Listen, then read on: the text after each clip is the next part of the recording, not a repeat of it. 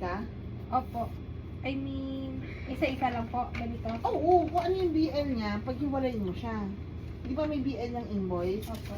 Yun ang pag-attach mo. Tapos yung isang payment, isama mo ulit doon sa ano. Ya, paano ko kaya ikabit tong isa ya? Ay! Ano ba yun eh?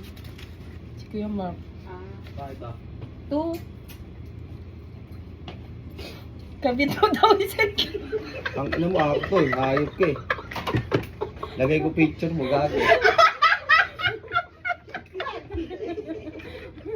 Kaya pala sumisilip din si Kerry eh. Gago ang ito. Lagay ko ID mo dyan, gago.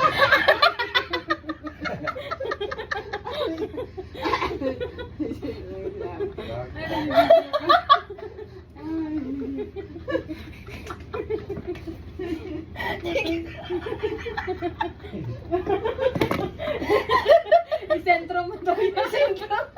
Hindi na ako makapagsalita. Pakatapantay! Hindi na ako makapagsalita. Natulong laway ko eh. Yak, may mga laway niya.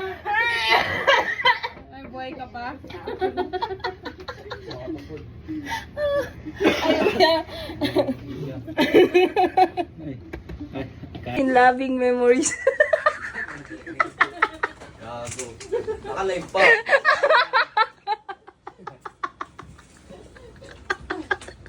Kasi hindi mo muna yun eh.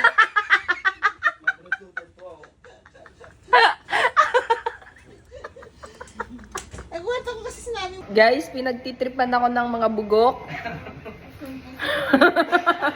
Wanted sa opisina. Sino gumawa sa inyong dalawa? Sino? Ikaw? Hindi ako. Ikaw? Gago ka? Labas pa yung gago ko. At kita Live pa yan, yung broker live. number mo. Kaya nga eh, mong gago. Kita yung lisensya ko dyan. Ano ko? Ano?